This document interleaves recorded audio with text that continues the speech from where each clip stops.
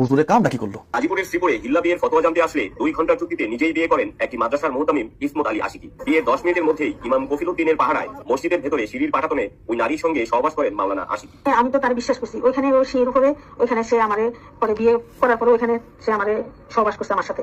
আমি তো ওই জিনিসটা বুঝছি না যে একজন আলেম মানুষ সে তো সবই বুঝে। হুজুরের কি কামটা করা ঠিক হইলো? মসজিদের মধ্যে খেলে দিলা। কথাটা শুনতে খারাপ শোনা যাবে, মসজিদের মধ্যে, মসজিদের সিঁড়ির মধ্যে সহবাস করা যায়? এটা কেমন হাদিস, মানে এটা কেমন নিয়ম? একজন হুজুর মানুষ, উনি নিজেকে বক্তাও দাবি করে। গাজীপুর শ্রীপুরের ঘটনা আপনি চিন্তা করেন তাহলে দেশ কোথায় গেছে? দেশ কোথায় গেছে? স্বামীর সাথে ঝগড়া হয়েছে, স্বামীর সাথে ঝগড়া হওয়ার পরে স্বামী বলছে যে তোরে 3 তালাক দিলাম। বউ তো কান্নাকাটি শুরু করছে, সেই মহিলাকে দেখলেন দৌড়ায় গেছে হুজুরের কাছে, হুজুর স্বামী তো তালাক দিছে, কি করা যায়? হুজুর একটু ভাবে কি হুজুর চিন্তা করতেছে কেমনে খেলা যাবে।